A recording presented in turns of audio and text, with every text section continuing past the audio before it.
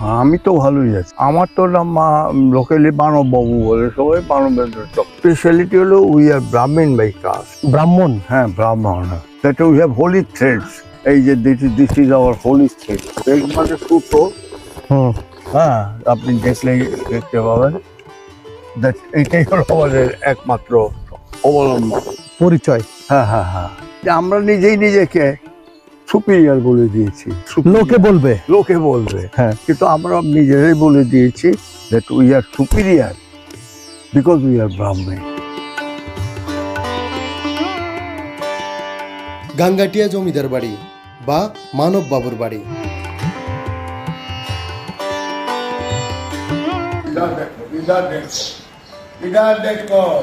ওর নাম কি?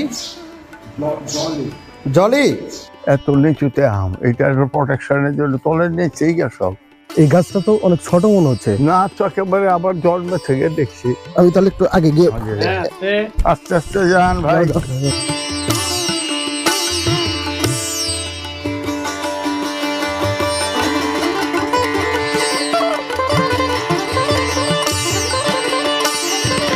প্রাচীনকালের জমিদার কিংবা রাজাদের জীবনযাত্রা, নিয়মকানুন এবং প্রথা সম্পর্কে জানার আগ্রহ কম বেশি আমাদের সকলেরই রয়েছে, কিন্তু এই 21তম শতাব্দীতে সেটা আর সম্ভব হবে বলে মনে হয়?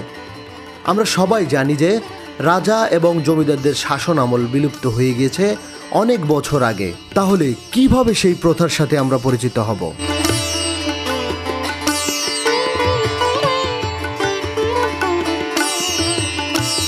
রাজা জমিদারদের শাসন আমল বিলুপ্ত হয়ে গেলেও কালের সাক্ষী হয়ে এখনও মাথা উঁচু করে দাঁড়িয়ে আছে তাদের কিছু কিছু স্থাপনা, বাসস্থান এবং প্রসাদ, যা দেখে মনের বাসনা পূরণ করতে হয় আমাদের।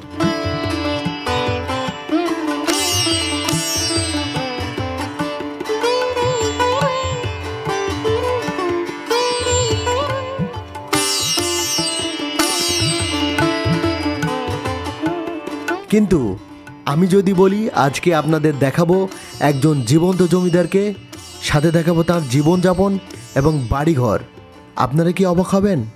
হয়তো বলবেন, কি বলে, পাগল টাগল হয়ে গেল নাকি? এ জামানায় আবার জমিদার কোথা থেকে এলো? জমিদারি প্রথা বিলুপ্ত হয়ে গেছে কত আগেই।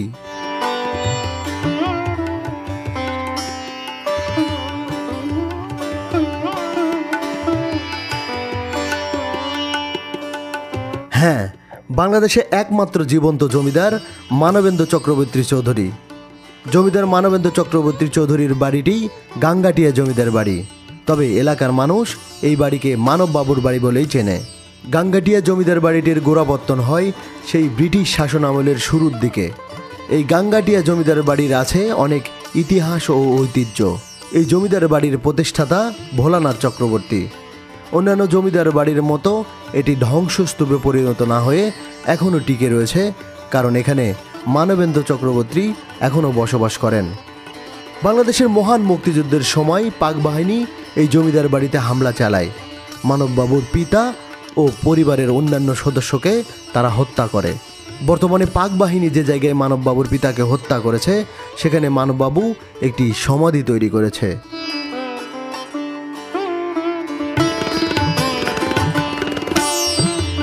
এই জমিদার বাড়ির মুক্তিযুদ্ধের ইতিহাসের উপর ভিত্তি করে মুক্তিযুদ্ধ জাদুঘরে একটি ডকুমেন্টারি ফিল্ম তৈরি করেছে।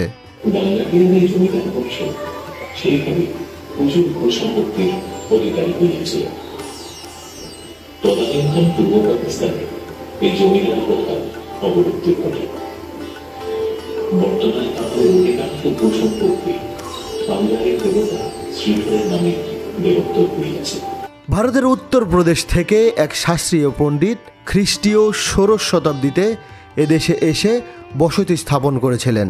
তার পূর্বপুরুষরা রাঢ়ী ও ব্রাহ্মণ গোত্রের ছিলেন। তিনি ছিলেন এ জমিদারের প্রথম পুরুষ।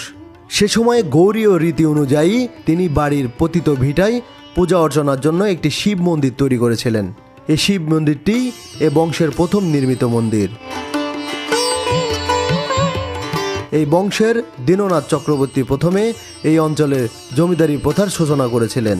তিনি অষ্টাদশ শতাব্দীর শেষে ইংরেজদের থেকে হোসেন শাহী পরগনার 1/3 ক্রয় করে এই এলাকায় জমিদারি গোড়াপত্তন করেছিলেন।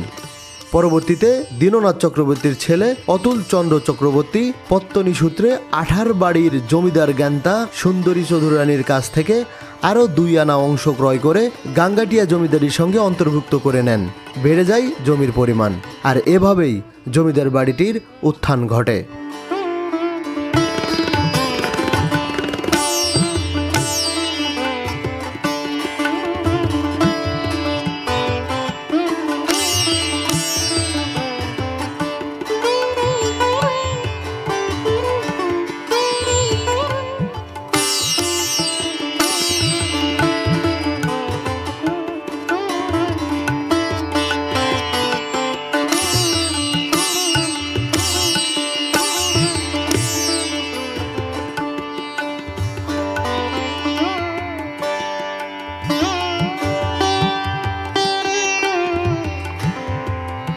গাঙ্গাটিয়া জমিদার বাড়ির সামনেই রয়েছে একটা বিশাল দিঘি। এই দিঘির নাম সাগর দিঘি। দিঘিটিতে রয়েছে শান বাঁধানো ঘাট। স্থাপত্য শৈলীতে তৈরি জমিদার বাড়ির মূল ভবনটি দোতলা। 2 তলা ভবনের নিচতলায় রয়েছে ড্রয়িং রুম। ডান পাশে রয়েছে একটি দুর্গা মন্দির, আর বাম পাশে রয়েছে নবরতখানা। মূল ভবনের একটু সামনেই রয়েছে বিশাল বৈঠকখানা।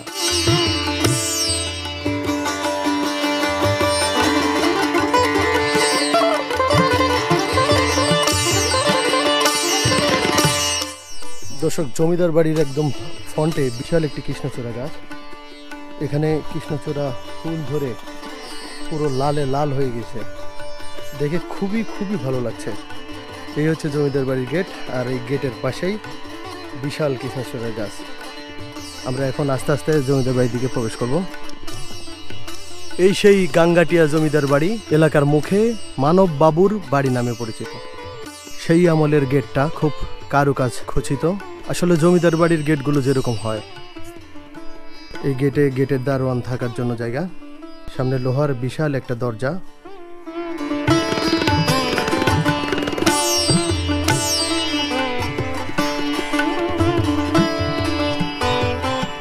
এই প্রবেশ করলাম জমিদার বাড়িতে।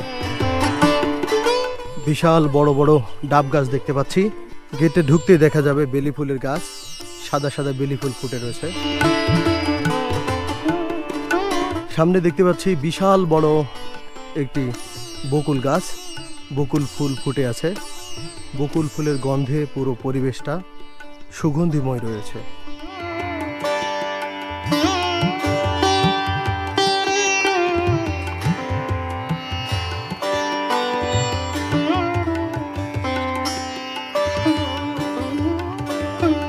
তারপর দেখতেছি বেশ কয়টি নিম গাছ। পুরো কথাই বলতে গেলে পুরো জমিদার বাড়িটি বিভিন্ন গাছগাছালি দ্বারা বেষ্টিত, যার কারণে সুশীতল ছায়া আমরা উপভোগ করতে পারছি।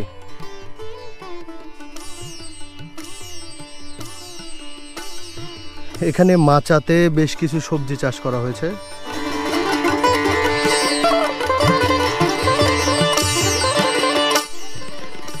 দর্শক, জমিদার বাড়ির একদম ভিতরে ফ্রন্টেই আমরা দেখতে পাচ্ছি বিশাল বড় একটি কদম গাছ। কদম ফুল ফুটেছে কিন্তু পরিপক্ক হয়নি এখনো। কদম ফুলের যে সৌন্দর্যটা, ফুলে থাকা রস কদমের মতো, সেটা কিন্তু আমরা দেখতে পাচ্ছি না। সেটা দেখতে না পেলেও মোটামুটি কদম ফুল যে ফুটেছে সেটা কিন্তু দেখা যাচ্ছে।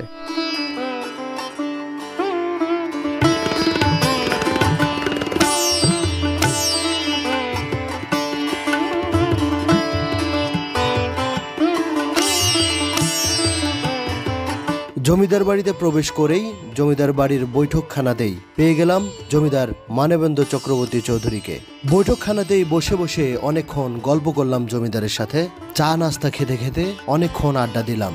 কথা বলতে বলতে যা বুঝলাম, জমিদার সাহেব অত্যন্ত ভদ্র এবং মিশুক মানুষ, খুব সহজেই মানুষের সাথে মিশে যেতে পারেন। এলাকার মানুষের কাছ থেকে যেটা শুনেছি, জমিদার মানবেন্দ্র চক্রবর্তী খুব ভালো মানুষ এবং দানশীল মানুষ, মানুষের সাথে খুব ভালো ব্যবহার করেন। তার বাস্তব প্রমাণ পেয়ে গেলাম আমি ওনার সাথে কিছুক্ষণ কথা বলেই।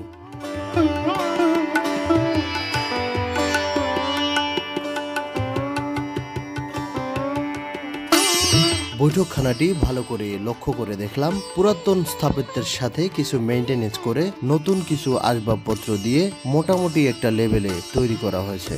জমিদারের পোষা একটু কুকুর, তার নাম দিয়েছে জনি। দেখলাম এই জনি সবসময় জমিদারের আশেপাশেই থাকে।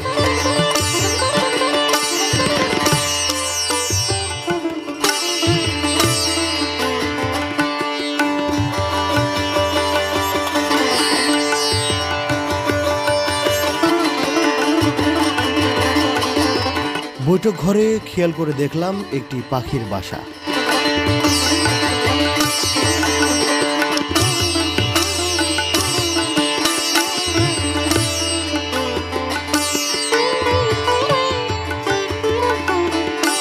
জমিদার মানবেন্দ্র চক্রবর্তী চৌধুরী নিজেই হেঁটে হেঁটে এই রোদের ভিতরে আমাকে তার জমিদারি দেখাতে শুরু করলেন। চলুন জমিদারের সাথে আমরাও দেখতে থাকি এই গাঙ্গাটিয়া জমিদার বাড়িটি।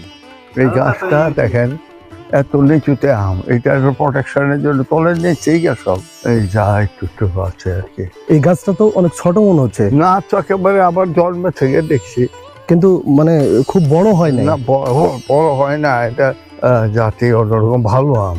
দেখো পাশে পুষ্কর করে দেবো না ওরা। দাদা যাকে তাহলে আপনি যাও, তুমি ওইখানে যাও গে। হ্যাঁ আমি তাহলে একটু আগে গিয়ে আস্তে আস্তে যান ভাই।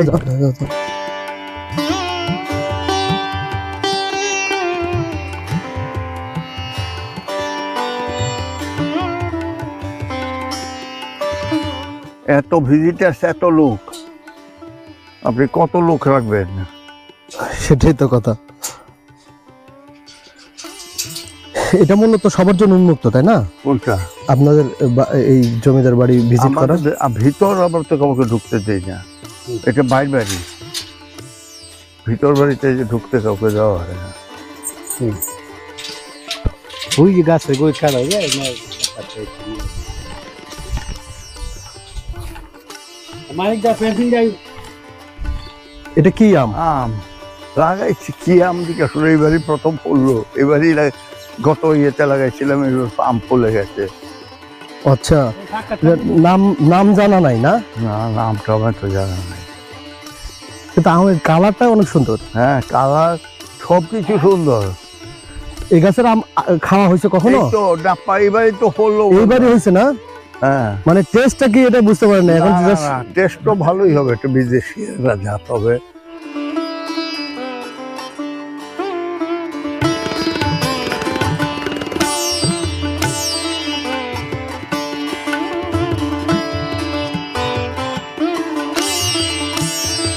কেমন আছেন আপনি?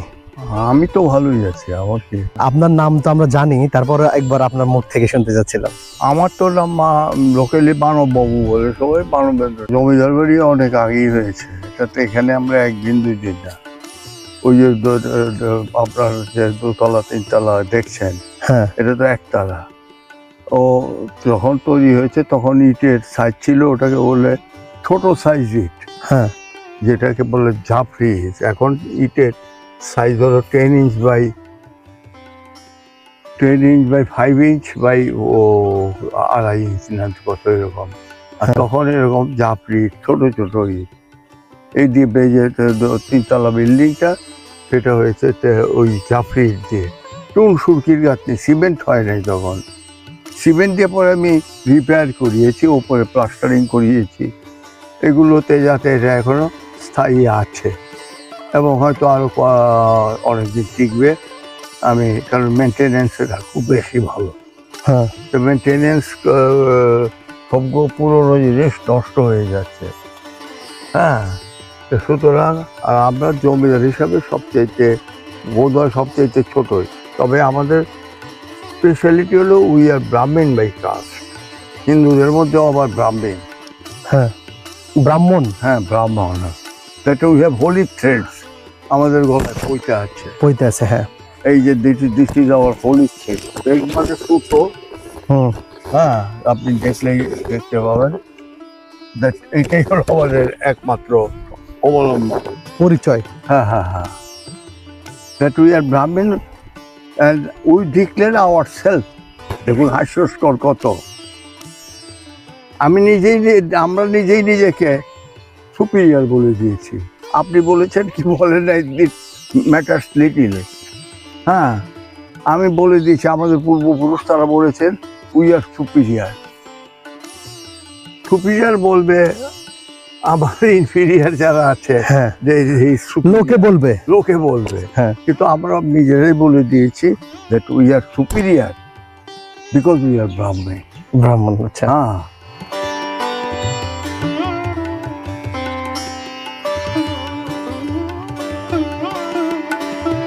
কত ভালো লাগাইছে এইবারে যাব।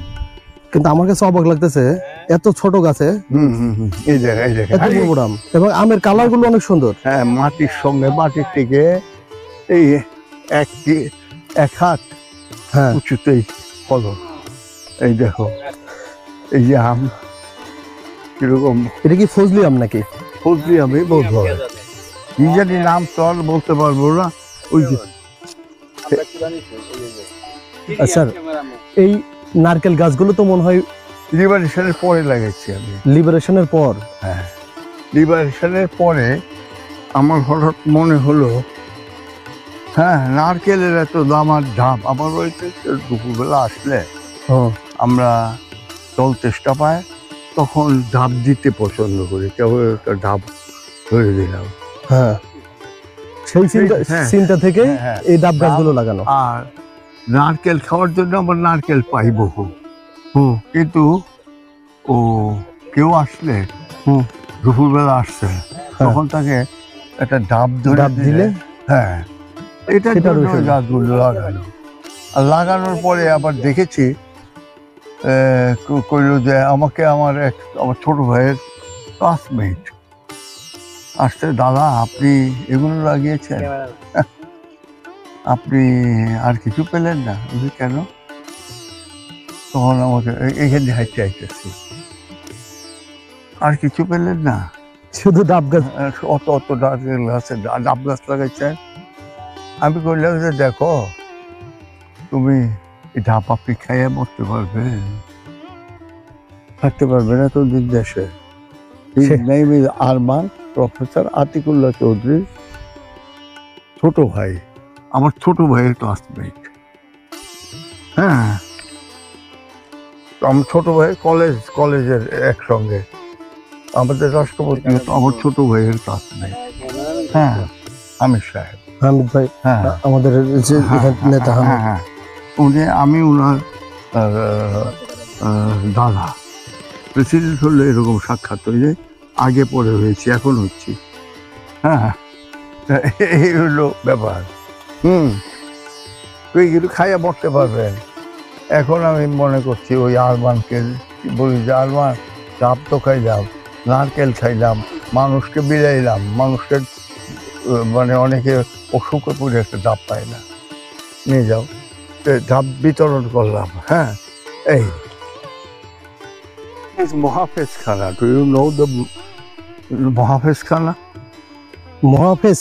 হ্যাঁ, মহাফেজ খানা। না, আমার আইডিয়া নাই। ইংরেজিতে হলো দ্য রেকর্ড রুম। ইংরেজিতে নাম হলো রেকর্ড রুম। Record room? হ্যাঁ, অর্থাৎ আমাদের যে ডকুমেন্টারি জমির কাগজপত্র, হ্যাঁ, এই ঘরটা পুরো র্যাকে ভরা, র্যাক। হ্যাঁ, ওই র্যাকের মধ্যে এই কাগজ থাকতো।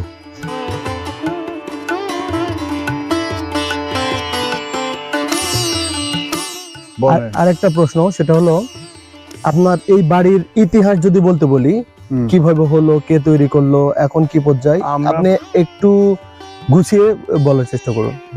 গুছিয়ে বলবো কি করে? এটার জন্য শিক্ষা দীক্ষা অনেক কিছু দরকার, যা জানি এটা বলে দিলাম। আমরা জমিদার, খুব সবচেয়ে ছোট জমিদার। আমাদের বৈশিষ্ট্য হলো উই আর ব্রাহ্মণ মেকার। জমিদারিতে একদিকে যাইতে হবে, হ্যাঁ, হ্যাঁ, হইলে সাজ পোশাকে, না হলে এটাতে সেটাতে, না হলে আরো অনেক কিছু আছে। হ্যাঁ, হ্যাঁ, আমরা জমিদার হয়ে আমাদের যেহেতু পূর্বপুরুষের ছিল এই পৌরোহিত্য ব্যবসা। হ্যাঁ, পৌরোহিত্য বুঝেন, মানুষের বাড়িতে পূজা করা। জি, ব্রাহ্মণরা, ব্রাহ্মণ, উই আর ব্রাহ্মণ মেকার।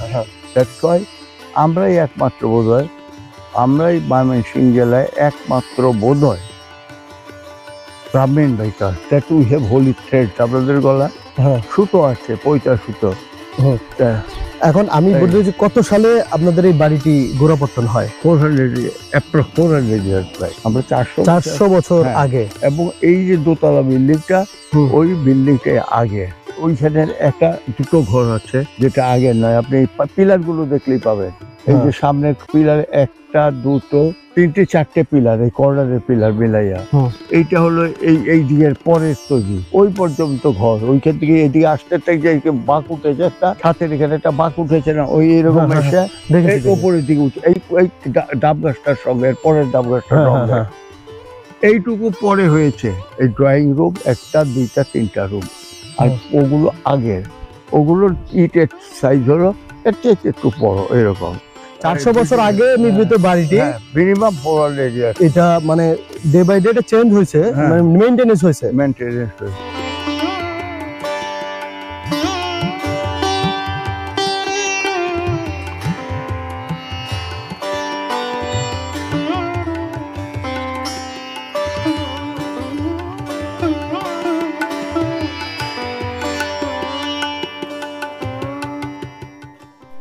দুর্গা পূজার ঘর, এটা শিবের ঘর ছিল। ওইখানে আমাদের ডেইলি পুজো হয়, পুজো আমাদের। এটা পূজা ঘর। এটা পূজার ঘর। এখানে প্রতিষ্ঠিত শ্রীধর বিগ্রহ আছে। শ্রীধর বিগ্রহ আপনি বোঝেন কিনা জানি না। এইটা কি, এই জিনিসটা? হ্যাঁ, এই জিনিসটা কি? কোনটা? এটা একসময় ওখানে কিছু রাখতো, ধান টান বা একটু বিশিষ্ট রকম ধান, হ্যাঁ হ্যাঁ, বা চাল একটা কিছু রাখতো। এখানে কি পড়ে আছে খালি। আচ্ছা, এখন খালি। হ্যাঁ, কিন্তু আগে এক সময় ছিল ইলেকট্রিসিটি। ইলেকট্রিসিটির সব পোল টোল এখানে। হ্যাঁ, সব এখানে। এছাড়াও আমার জেনারেটর আছে, বাড়ি চলছে সবসময়, বাতির কোনো অভাব নাই। এখানে বিদ্যুতের লাইন আছে না? সব জায়গাতেই আছে। এখন হচ্ছে বিদ্যুৎ যখন থাকবে না, তখন আপনার নিজস্ব জেনারেটর হ্যাঁ দিয়ে। হ্যাঁ হ্যাঁ হ্যাঁ হ্যাঁ হ্যাঁ, এটাই।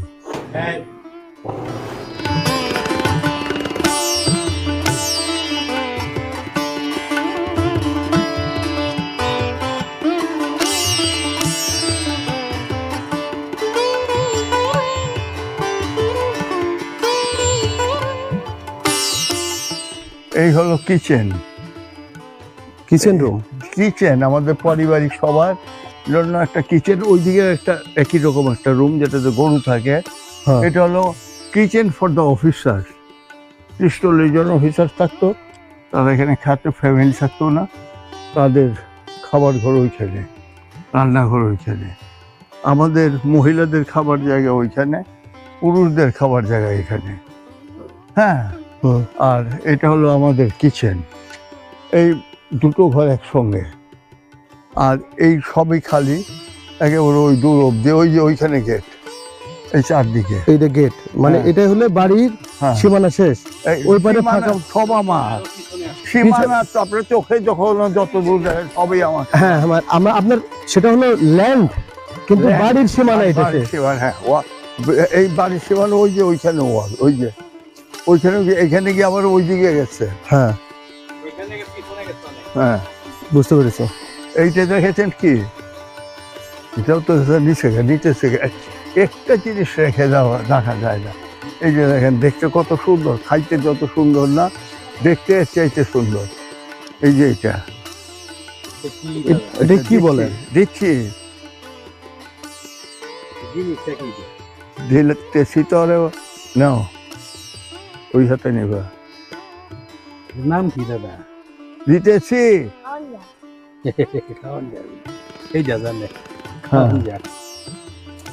শক্ত, আমাকে দেন তো একটা। দিচ্ছি আচ্ছা, এটা কি? এটা আঠা। দেখেন আপনার গায়ে লাগছে। তলে কষ্ট, এই যে আর। হ্যাঁ, ঝিন্টু একটা নিবে নাকি? তুলো সিরিয়াল লও না, এখান থেকে নেও না, একটা তুলো, দুইটা, এটা তো একটা ই করে একটা ফুলবাজির মতো করে নাও, গরম হয়ে দিবে। এই যে ফুলটা দেখো, ফুলও আছে। তুমি তো খালি এইটা তুলছো, এটাকে আমি কি করবো?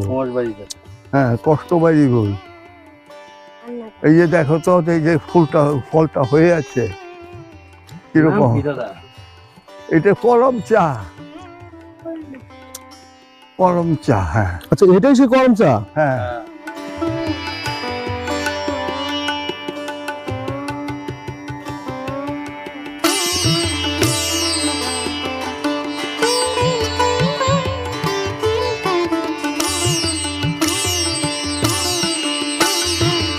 স্যার এই আম গাছটা সেই আমলের নাকি? না না না, এই আমগুলো? এটা দুটো গাছ আমি লাগিয়েছি, এই আমি লাগিয়েছি এখানে। এই গাছটা যখন মারা গেল, এখানে একটা গাছ ছিল, এটা বাড়ি প্রতিষ্ঠিত হওয়ার সময়। My father was skill by the army, cousin was skill, অনেক দুর্ঘটনা এই বাড়িতে ঘটেছে। তখন এই গাছটাও মরে গেছে। তখন আমাদের একটা সেন্টিমেন্ট হয়েছে, আর মরতে দিব না, দুইটা গাছ লাগাই দিলাম আমরা।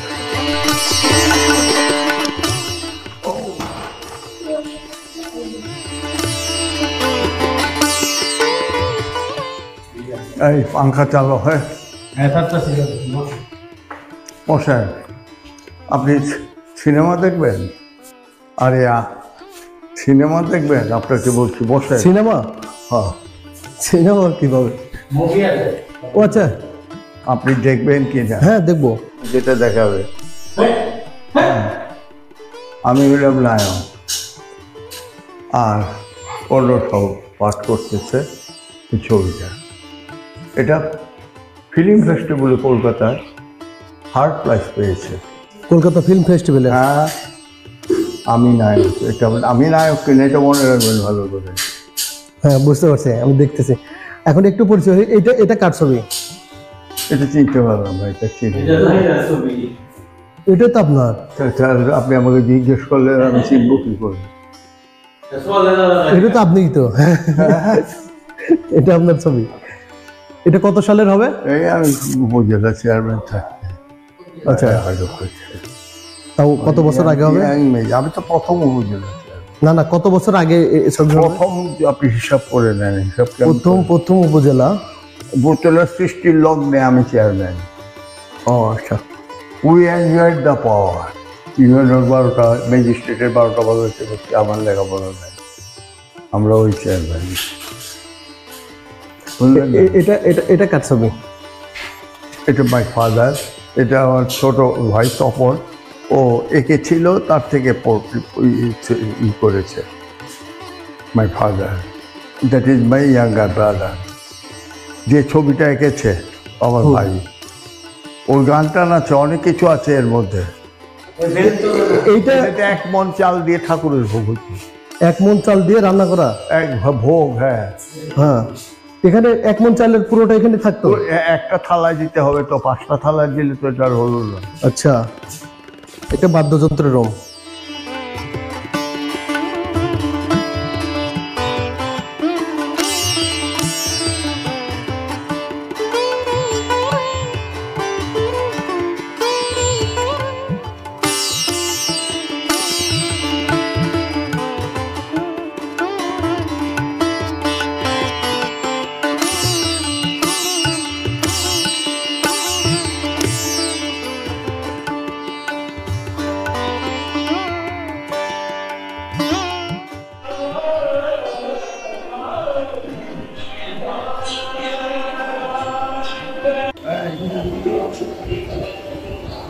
সেখানে বিশ্বনাথ একজন রাইফেলের বিষয় শাসক, অপরজন তুলি এবং তানপুরা যোগী শিল্প শাসক।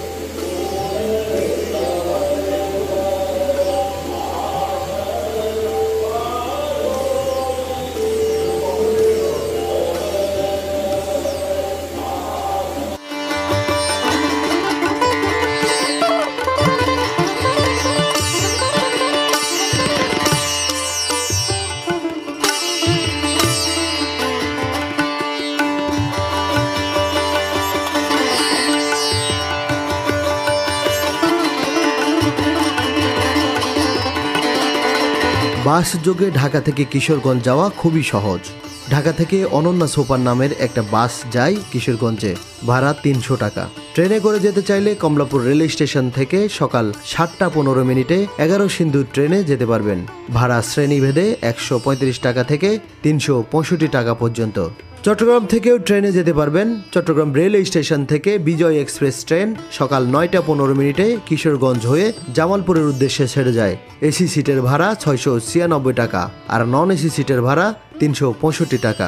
কিশোরগঞ্জ রেল স্টেশন থেকে সরাসরি অটো রিজার্ভ করে যেতে পারবেন গাঙ্গাটিয়া জমিদার বাড়ি। ভাড়া 250 টাকা থেকে 300 টাকা পর্যন্ত। এক অটোতে যেতে পারবেন 8 জন। যদি একা হন তাহলে ভেঙে ভেঙে যেতে পারবেন, সেক্ষেত্রে খরচ কম পড়বে। রেল স্টেশন থেকে অটো যায় লাখুহাটি পর্যন্ত, ভাড়া জনপ্রতি 40 টাকা। বাস স্ট্যান্ড থেকে লাখুহাটি অটো ভাড়া 30 টাকা। লাখুহাটি থেকে 10 টাকা রিক্সা ভাড়া দিয়ে চলে যাবেন গাঙ্গাটিয়া বাজার। গাঙ্গাটিয়া বাজার জমিদার বাড়ির পাশেই।